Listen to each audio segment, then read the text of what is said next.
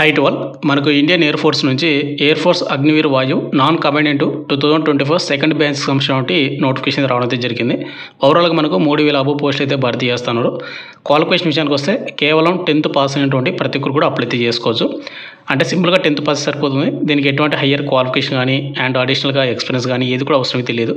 And అదేవిధంగా మనకు ఎవరైతే ఆంధ్ర అండ్ తెలంగాణ వాళ్ళు ఎవరుతున్నారో వాళ్ళందరూ కూడా మన తెలంగాణలో ఉన్నటువంటి బేగంపేట ఎయిర్పోర్ట్లో అయితే మీరైతే జాబ్ చేయడానికి అయితే అవకాశం అయితే ఉంటుంది. ఎందుకంటే అక్కడ కూడా పోస్టులు అయితే భర్తీ చేస్తూ ఉన్నారు కాబట్టి. ఇప్పుడు ఈ వీడియోలో వచ్చేసి క్వాలిఫికేషన్ ఏంటి, సెలక్షన్ ప్రాసెస్ ఏ విధంగా ఉంటుంది అండ్ ఏజ్ లిమిట్ ఎంత, apply starting date and apply last date and అదేవిధంగా అప్లై అనేది ఎలా చేయాలి అంటే మనం ఆఫ్లైన్ ద్వారా ఆన్లైన్ ద్వారా ప్రతిదీ మీకు పిన్ టు పిన్ అయితే చెప్తాను. అండ్ వీడియో చూసిన ప్రతి ఒక్కరు స్మాల్ రిక్వెస్ట్ బ్రదర్, వీడియోస్ని చూసిన ప్రతి ఒక్కరు కూడా వీడియోని ఎండ్ వరకు చూడండి. చూసిన తర్వాత మీకు ఇంకేమైనా డౌట్ కానీ నాకు కింద కామెంట్ అయితే చేయండి.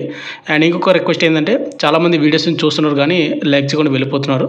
మీరు ఒక లైక్ చేసినట్టు మన ఛానల్ కొద్దిగా బూస్టప్ అయితే ఉంటుంది. అండ్ ఇటువంటి జెన్ అప్డేట్స్ కూడా కావాలంటే కూడా మన ఛానల్ని సబ్స్క్రిప్షన్ పక్కన బ్లాక్ అయితే యాక్టివేషన్ అయితే పెట్టుకోండి బ్రదర్. అండ్ అదేవిధంగా మన ఇన్స్టాగ్రామ్ పేజ్ని ఎవరైనా ఫాలో అవ్వకపోతే కంపల్సరీ ఫాలో అవ్వండి. అండ్ మీకు ఏ చిన్న డౌట్ ఉన్నా నాకు ఇన్స్టాగ్రామ్ పేజ్ అయితే మీరు మెసేజ్ చేయొచ్చు. ఇన్స్టాగ్రామ్ పేజ్ని ప్రతి ఒక్కరు కూడా ఫాలో అయ్యి నాకు మెసేజ్ చేయండి. ఇక మెయిన్ వెళ్ళాం బ్రదర్, మనకు ఇండియన్ ఎయిర్ ఫోర్స్ నుంచి వచ్చినటువంటి Agniveer Vayu non commandant under Agnipath scheme కింద ఏదైతే వచ్చిందో అఫీషియల్ నోటిఫికేషన్ వచ్చేది ఇదే అనమాట.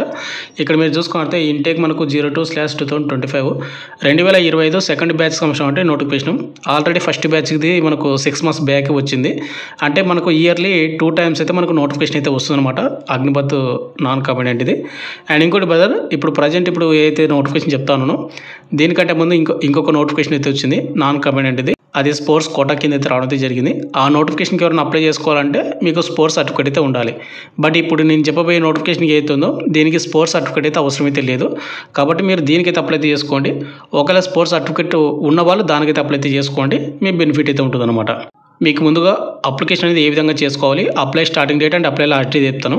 మనకి దీనికి ఓన్లీ ఆఫ్లైన్ ద్వారా మాత్రమే అప్లై చేసుకోవాల్సి ఉంటుంది అనమాట.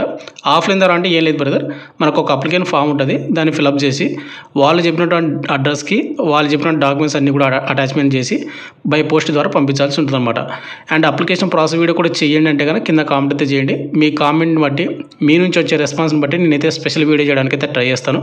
అంటే అప్లికేషన్ ఫిల్అప్ చేయడం కానీ అండ్ ఎన్వలప్మెంట్ మీద అడ్రస్ ఏ విధంగా రాయడం కానీ ఏమేమి డాక్యుమెంట్స్ అంటే అటాచ్మెంట్ చేయడం కానీ ప్రతిదీ మీకు ఆ వీడియోలో చెప్తాను. ఇక నెక్స్ట్ మనకు అప్లై స్టార్టింగ్ డేట్ వచ్చేసి మనకు February 8, 2025 మనకు నిన్నటి నుంచి ఆఫ్లైన్ ద్వారా అప్లికేషన్ అయితే స్టార్ట్ అయింది. అండ్ అప్లై లాస్ట్ డేట్ వచ్చేసి ఇక్కడ మీరు చూసుకోవచ్చు February 24, 2025 మనకు అప్లై లాస్ట్ డేట్ అయితే ఇక్కడ మనకు మెన్షన్ చేశాడు. అంటే మనకు నిన్నటి నుంచి మనకు February 8 నుంచి February 24 వరకు మీరైతే అప్లై అయితే చేసుకోవచ్చు. కాబట్టి మీరు ఎట్టి పరిస్థితుల్లో కూడా క్వాలిఫికేషన్ అండ్ ఏజ్ లిమిట్ ఉంటే కనుక అప్లై అయితే చేసుకోండి. ఎట్టి పరిస్థితులు కూడా మీరు మిస్ అయితే చేసుకోవద్దండి ఈ నోటిఫికేషన్ని. ఇక నెక్స్ట్ మనకు ఎలిజిబిలిటీ క్రైటీరియాలోనే మనకు ముందుగా వచ్చేసి ఏజ్ లిమిట్ అనమాట. ఏజ్ లిమిట్ చూసుకుంటే మనకు డేట్ ఆఫ్ బర్త్ మనకు కట్ ఆఫ్ అయితే పెట్టాడు. July 3, 2004 నుండి January 3, 2008 మధ్యన ఎవరికైతే డేట్ ఆఫ్ బర్త్ ఉంటుందో వాళ్ళు మాత్రమే అప్లై అయితే చేసుకోవాల్సి ఉంటుంది అనమాట. ఇక July 2 కానీ 1 కానీ ఎవరైతే ఉంటారో వాళ్ళు నాట్ ఎలిజిబుల్. అదేవిధంగా ఇక్కడ 2008 January 3 లోపే ఉండాలి. January 4 కానీ 5 కానీ ఉంటే వాళ్ళు నాట్ ఎలిజిబుల్ అనమాట. అంటే మీకు ఏంటంటే మళ్ళీ ఒక 6 months ఉన్నారంటే మీకు నెక్స్ట్ నోటిఫికేషన్ 2026 ఫస్ట్ బ్యాచ్ సంబంధించిన నోటిఫికేషన్ అయితే వస్తుంది. ఒక 6 months ఉంటే అప్పుడు మీరు అప్లై అయితే చేసుకోండి. అంటే ఎవరికైనా ఈ నోటిఫికేషన్లో మీకు ఏజ్ లిమిట్ లేకపోతే మీరు 6 months ఉంటే కానీ మీరు వెయిట్ చేయండి. ఇక నెక్స్ట్ వచ్చేసి మనకు మెరిటల్ స్టేటస్ విషయానికి వస్తే ఎవరైతే ఓన్లీ అన్మ్యారీడ్ మేల్ వాళ్ళు ఎవరైతే ఉంటారో వాళ్ళు మాత్రమే అప్లై చేసుకోవాల్సి ఉంటుంది. పెళ్ళికని అబ్బాయిలు బ్రదర్ మేము అప్లై చేసుకోవచ్చు అని కొంతమంది అమ్మాయిలు కూడా మెసేజ్ చేస్తారు. గర్ల్స్ వచ్చేసి నాట్ ఎలిజిబుల్. ఒకవేళ ఈ వీడియోని ఎవరైనా గర్ల్స్ చూస్తూ ఉంటే కనుక మీ ఫ్యామిలీ మెంబర్స్లోనే ఎవరు ఉంటారు కదా, మీ బ్రదర్ కానీ మీ రిలేటివ్స్ లేదంటే మీ తెలిసిన ఫ్రెండ్స్ ఎవరైతే ఉంటారో వాళ్ళకన్నా యూజ్ అవుతుంది. కాబట్టి వాళ్ళకి ఈ వీడియోని అయితే వాళ్ళకి షేర్ చేయండి. వాళ్ళని కూడా అప్లై అయితే చేసుకుంటారు. వాళ్ళకు మీ నుంచి మీరు హెల్ప్ చేసినట్టయితే ఉంటుందన్నమాట. ఇక నెక్స్ట్ మనకి ఈ నోటిఫికేషన్కి అప్లై చేసుకోవాలంటే ఎడ్యుకేషన్ క్వాలిఫికేషన్ అయితే వెరీ ఇంపార్టెంట్. మీకు ముందే చెప్పిన కదా, ఎడ్యుకేషన్ క్వాలిఫికేషన్ విషయంలోన మెట్రికులేషన్ లేదంటే ఈక్వలెంట్ అంటే కేవలం 10th పాస్ అయినటువంటి ప్రతి ఒక్కరు కూడా అప్లై చేసుకోవచ్చు. దీనికి ఎటువంటి హయ్యర్ క్వాలిఫికేషన్ కానీ ఎక్స్పీరియన్స్ కానీ ఏది కూడా అవసరం అయితే లేదు. ఇక నెక్స్ట్ మనకు మెడికల్ స్టాండర్డ్ చూసుకున్నట్టే అంటే మెడికల్ స్టాండర్డ్ అయితే మనకు హైట్ అయితే ఉండాలి. హైట్ వచ్చేసి మనకు మినిమం అనేది 152 centimeters అనేది వెరీ ఇంపార్టెంట్. దీనికంటే తక్కువ ఉంటే నాట్ ఎలిజిబుల్, అప్లై చేయొద్దండి. ఇక ఇక నెక్స్ట్ దీనికంటే ఎక్కువ ఉంటే అప్లై చేసుకోండి. ఇక నెక్స్ట్ చెస్ట్ విషయానికి వస్తే మీరు ఎంత ఉన్నా పర్వాలేదు, బట్ బ్రీతింగ్ తీసుకుంటే మాత్రం కంపల్సరీ మీకు 5 సెంటీమీటర్స్ అనేది ఎక్స్పెన్షన్ అయితే అవ్వాల్సి ఉంటుంది అనమాట. ఇక నెక్స్ట్ వెయిట్ వచ్చేసి మీ హైట్కి మీ ఏజ్కి తగ్గట్టు మీకు వెయిట్ అయితే వాళ్ళు మెన్షన్ చేస్తారు. ఇక నెక్స్ట్ వచ్చేసి మనకు జాబ్ ప్రొఫైల్ అనమాట. మనకు Indian air ఫోర్స్లోన Agniveer Vayu non కాంబాటెంట్ అయితే పోస్టులు అయితే ఉన్నాయో దీనిలో మేజర్గా వచ్చేసి 2 స్ట్రీమ్స్ అయితే మనకు భర్తీ చేస్తూ ఉంటారు. అంటే మేజర్గా వచ్చేసి హాస్పిటాలిటీ స్ట్రీమ్ అనమాట, అండ్ అదేవిధంగా హౌస్ కీపింగ్ స్ట్రీము. ఇక్కడ హాస్పిటాలిటీ స్ట్రీమ్లో వచ్చేసి ఏంటంటే మనకు కుకింగ్ ఉంటుంది, కిచెన్ మేనేజ్మెంట్ అయితే ఉంటుంది, అండ్ ప్రజెంటేషన్ ఆఫ్ డిషెస్ ఉంటుంది, అంటే మెయింటెనెన్స్ ఇట్లా మనకు కొన్ని అయితే ఉంటుంది అనమాట. అంటే ఇవన్నీ కూడా మనం అయితే చూసుకోవాల్సి ఉంటుంది హాస్పిటాలిటీ స్ట్రీమ్లో ఎవరైతే సెలెక్ట్ అవుతారో వాళ్ళందరూ కూడా.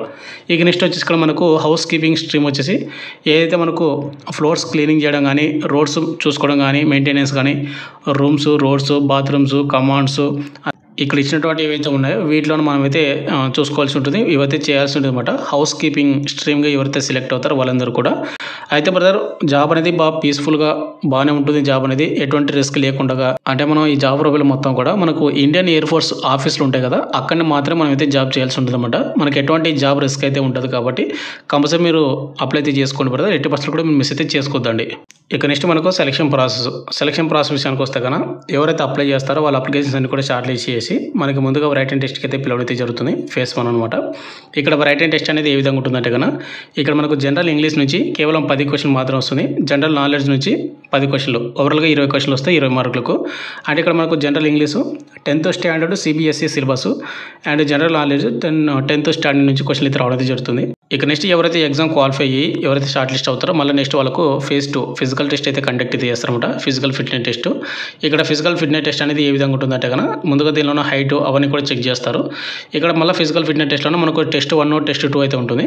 ఇక్కడ టెస్ట్ 1లో వచ్చేసి ఫిజికల్ ఫిట్నెస్ టెస్ట్లోన 1600 మీటర్స్ రన్నింగ్ని కేవలం 6 నిమిషాలు 30 సెకండ్స్లో కంప్లీట్ చేయాల్సి ఉంటుంది అనమాట. ఇది ఎవరైతే కంప్లీట్ చేసుకుంటారో వాళ్ళకి నెక్స్ట్ అనేది మనకు ఫిజికల్ 2 టెస్ట్ 2కి అయితే పిలవడం అయితే జరుగుతుంది, వాళ్ళు ఎలిజిబిలిటీ అయితే అవుతుంది అనమాట. ఇక్కడ ఫిజికల్ ఫిట్నెస్ టెస్ట్ సెకండ్లోనే ఏముంటుందంటే కన్నా ముందుగా వచ్చేసి ఇక్కడ మనకు 10 పుషప్స్ అయితే ఉంటాయి, 1 మినిట్లో కంప్లీట్ చేసుకోవాల్సి ఉంటుంది. తర్వాత 10 సిటప్స్ 1 మినిట్లో కంప్లీట్ చేసుకోవాలి.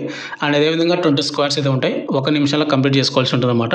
ఇక నెక్స్ట్ ఇది అయిపోయిన తర్వాత మనకు ఫేజ్ 3 అయితే ఉంటుంది. ఫేజ్ 3 వచ్చేసి మనకు స్ట్రీమ్ సూటబిలిటీ టెస్ట్ అనమాట. మీరు ఏదైతే స్ట్రీమ్ అప్లై చేస్తూ ఉన్నారో హాస్పిటాలిటీ కానీ హౌస్ కీపింగ్ కానీ వాటిలోనే మీకు ఏదో ఒక ట్రేడ్కి సంబంధించిన అంటే నాలెడ్జ్ అయితే ఉండాలి, వాటికి సంబంధించిన అంటే క్వాలిఫై నేర్చడం ఉంటుంది, మీకు స్ట్రీమ్ సూటబిలిటీ అయితే ఉంటుంది. ఇది ఒకవేళ మీరు కానీ క్వాలిఫై పాస్ అయ్యారంటే కానీ మీకు నెక్స్ట్ అనేది మీకు మెడికల్ టెస్ట్ అయితే ఉంటుందన్నమాట. ఈ మెడికల్ టెస్ట్ అనేది మీకు ఫేజ్ 4లో అయితే ఉంటుంది. ఈ మెడికల్ టెస్ట్లో వచ్చేసింది మీకు urine test and blood test, sugar test ఇవన్నీ కూడా మనకు చెక్ చేయడం అయితే జరుగుతుంది. ఇది అయిపోయిన తర్వాత మనకు ఫైనల్ మెరిట్ లిస్ట్ అయితే ఉంటుంది. ఈ ఫైనల్ మెరిట్ లిస్ట్లో మీ పేరు ఉందంటే కన్నా మీకు జాబ్ అనేది ఇవ్వడం అయితే జరుగుతుంది అనమాట. నెక్స్ట్ మనకు ప్రొసీజర్ టు అప్లై అనమాట. ఏ విధంగా అప్లై చేసుకోవాలంటే నీకు ముందే చెప్పాను కదా మీకు ఆఫ్లైన్ ద్వారా మాత్రం అప్లై చేసుకోవాలని. ఆఫ్లైన్ అప్లికేషన్ ఫిల్అప్ చేసి మనం బై పోస్ట్ ద్వారా పంపించాల్సి ఉంటుంది అనమాట. ముందుగా వచ్చేసి ఇక్కడ మనకు ఎక్కడ ఏం పోస్ట్ ఉన్నాయో చూసుకోండి. మీకు నోటిఫికేషన్ కావాలంటే మన టెలిగ్రామ్ గ్రూప్లో పోస్ట్ చేసి అక్కడ పిన్ చేసి పెడతాను. ఇక్కడ మీరు చూసుకుంటే బెంగళూరులో మనకు పోస్టల్ అడ్రస్ మీరు బై పోస్ట్ ద్వారా పంపించాల్సిన అడ్రస్. అండ్ బెంగళూరులో వచ్చేసి మనకు ఇక్కడ హౌస్ కీపింగ్ పోస్ట్ అయితే ఉన్నాయి. అండ్ అదేవిధంగా బెంగళూరులో ఇంకొక పోస్టల్ అడ్రస్ వేరనమాట, హౌస్ కీపింగ్లో పోస్ట్ అయితే భర్తీ చేస్తున్నాడు. ఇక్కడ మీరు చూసుకోవచ్చు, ఇక్కడ మనకు పోస్టల్ అడ్రస్ ఉంటుంది అండ్ డ్రాప్ బాక్సింగ్ లొకేషన్ కూడా ఉంటుందన్నమాట. మన ఆంధ్ర అండ్ తెలంగాణ వాళ్ళకు ఎక్కడ అప్లై చేసుకుంటే బెటరు మనకు దగ్గరలో అనుకుని చూసుకున్నట్టయితే ఇక్కడ మీకు నోటిఫికేషన్లోన 69th ఏదైతే లొకేషన్ ఉందో ఇక్కడ మీరు చూసుకుంటే బేగంపేట వచ్చేసి మనకు సికింద్రాబాద్ తెలంగాణ అయితే ఉంటుంది.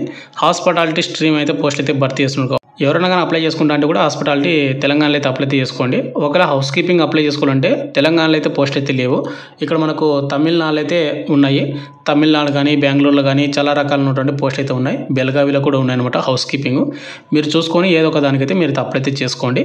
అండ్ అప్లికేషన్ ప్రాసెస్ వీడియో కూడా కావాలంటే కానీ కింద కామెంట్ చేయండి, డెఫినెట్గా నేను వీడియో అయితే చేస్తాను.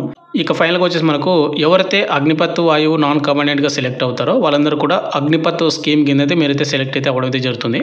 అగ్నిపత్ స్కీమ్ అంటే మీ అందరికీ తెలిసిందే కదా, ఓన్లీ 4 years మాత్రమే మనం జాబ్ చేయాల్సి ఉంటుంది అనమాట.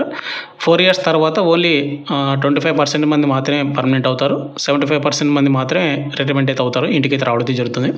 ఇక్కడ మీకు ప్రతి సంవత్సరం అనేది మీకు 30 days లీవ్స్ మాత్రమే ఉంటుంది. అండ్ సిక్ లీవ్స్ అయితే మీరు అయితే పెట్టుకోవచ్చు, మెడికల్ లీవ్స్ అనేది. ఇక్కడ మనకు శాలరీ చూసుకుంటే మనకు ఫస్ట్ ఇయర్ మొత్తం కూడా 30,000 మీకు పర్ మంత్ శాలరీ అయితే వస్తుంది, అంటే 1 year వరకు 1 year మొత్తం కూడా. ఇన్ హ్యాండ్ వచ్చేసి మనకు 21,000 వస్తుంది, మనకు 9,000 అని కట్ అవుతుంది అనమాట.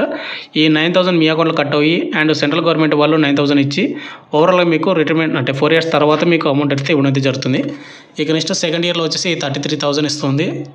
ఇన్ హ్యాండ్ వచ్చేసి మనకు 23,100, థర్డ్ ఇయర్ వచ్చేసి 36,500 అండ్ ఇన్ హ్యాండ్ వచ్చేసి 25,500 అండ్ ఫోర్త్ ఇయర్ వచ్చేసి 40,000, ఇన్ హ్యాండ్ వచ్చేసి 28,000 అనమాట.